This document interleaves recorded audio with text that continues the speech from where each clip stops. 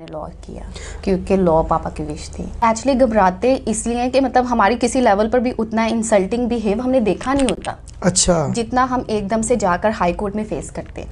अच्छा, ये एक प्रॉब्लम अलमिया है हाई कोर्ट का। बिल्कुल, ये कि एक बहुत बड़ा जूनियर्स के अलमिया। साथ वो नहीं अच्छा सलूक कर रहे।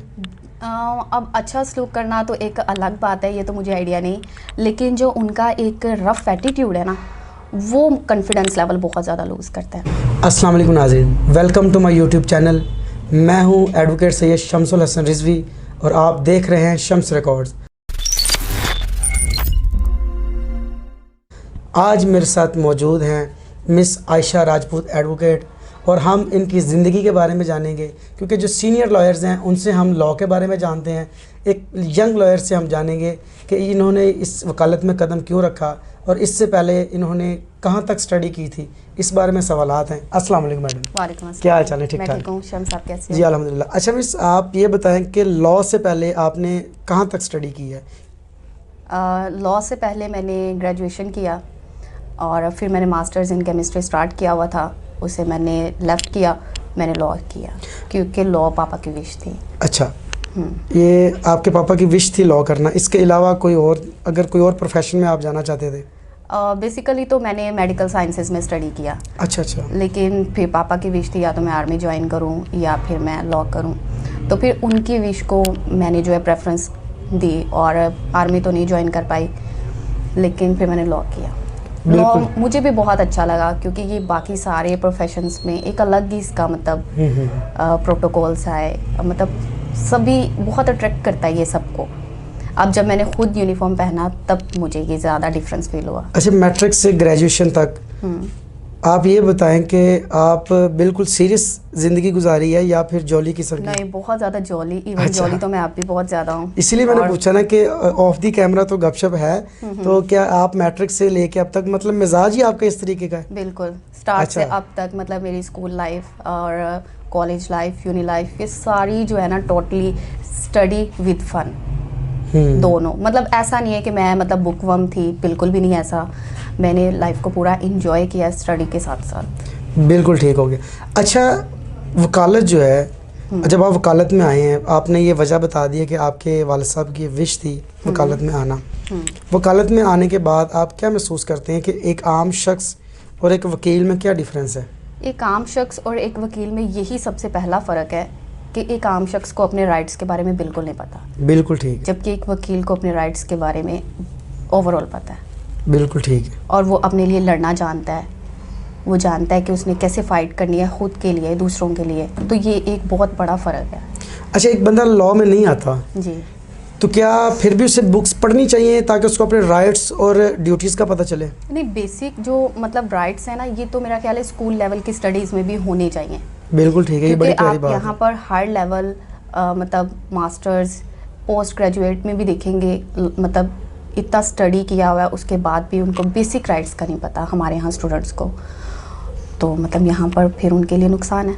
अच्छा अच्छा, ये बताएं कि आपने ग्रेजुएशन, डबल ग्रेजुएशन मेरे ख्याल से की है? Double graduation. Double graduate. अच्छा, ये कॉलेज से की है? बिल्कुल, पंजाब यूनिवर्सिटी से। पंजाब यूनिवर्सिटी से की है। तो उस क्लास में तो मेरे ख्याल से किसी और शरारती बंदे या नोटी बंदे की तो ज़रूरत ही नहीं होगी आपके होते हुए। ऐसा था कि मैं और मेरे फ्रेंड्स जो थे, हम बहुत ज़्यादा नोटी थे। अच्छा। और इवन प्रोमिनेंट भी थे। हमारी मतलब जो शरारतें थी वो बहुत ज़्यादा प्रोमिनेंट भी थे। अब आपके साथ तो मेरा टाइम स्पेंड हुआ है, आपको तो मेरी नेचर का पता ही है। इवन कि अब मेरी लॉ में भी एक ग्रुप है, मेरे जो जितने भी ग्रुप के मेंबर्स हैं, हम लोग मिलकर, ऐसा नहीं है कि सीरियस लॉ कर रहे हैं। मतलब लॉ तो डेफिनेटली आपकी एक प्रोफेशन है, आप उसके लिए सीरियस हैं। कोर्ट वर्क्स में जाते हैं, हम सीरियस होकर काम करते हैं, लेकिन जैसे ही कोर्ट रूम क्रॉस किया हमारा फन स्टार्ट हो जाता है। अच्छा। इवन हमारे सीनियर भी हमारी ही नेचर के हैं। अच्छा अच्छा, आपके सीनियर भी आपके हमारी ही नेचर के हैं, तो हमारी आपस में जो मतलब ग्रुपिंग है वो बहुत स्ट्रॉन्ग है। अच्छा, हमारे ऑडियंस को ये भी बताएं कि आप किन के पास प्रैक्टिस कर रहे हैं? मैं कर रही हूँ, सीनियर एडवोकेट हैं सुप्रीम कोर्ट के, आफ्ताब मुस्तफ़ा साहब, उनके पास कर। अच्छा, उनके पास वो भी मतलब आपके साथ फ्रैंक हैं और र्यूड एटीट्यूड तो नहीं है उनका कोई?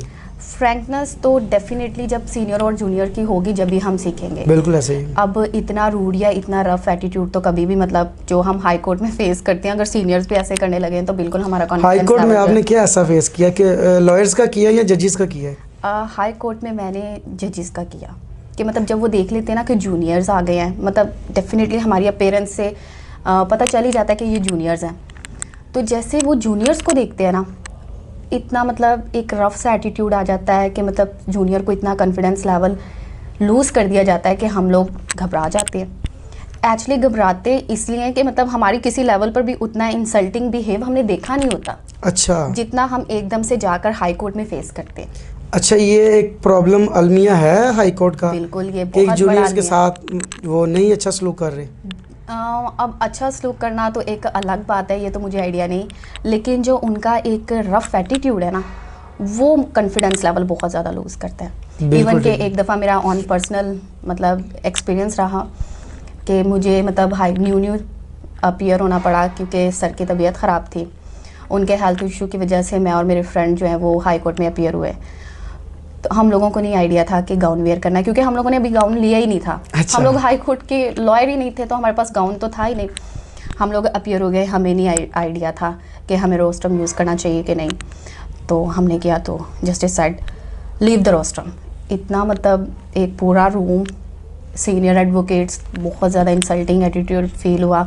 इवन ऐसा हुआ कि बस चुपके से रूम से भाग गए। अच्छा, आप क्या समझते हैं जो हाई कोर्ट के जस्टिस हैं, इनको जूनियर्स के साथ कैसा बिहेव करना चाहिए? अगर एक जूनियर को एक चीज़ का नहीं पता, तो जैसे आपने बताया कि उन्होंने कहा जिधर से चले ही जाओ, ये होना चाहिए इनका एटीट्यूड, या सॉफ्ट होना चाहिए ताकि एक जूनियर को पता चले कि हाई कोर्ट में कैसे खड़े होना, स्टैंडिंग कैसे करनी? ये जो एथिक्स है ना, ये तो बेसिकली हमारे सीनियर्स हमें सिखाते हैं। बिल्कुल ठीक है।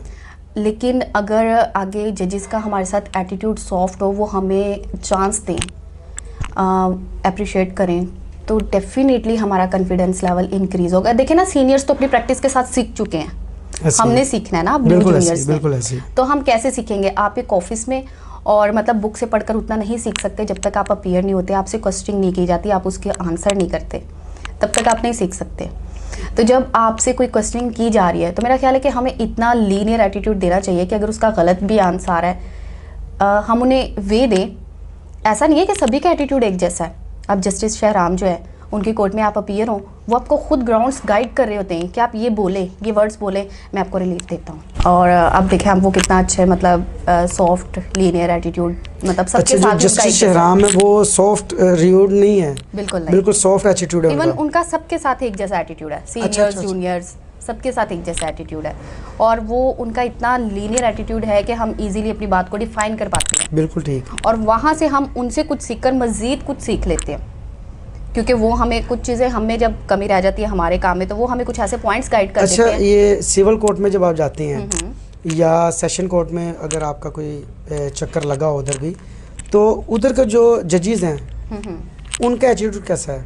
सीनियर सिविल कोर्ट में एटीट्यूड कैसा है जो जजेस हैं?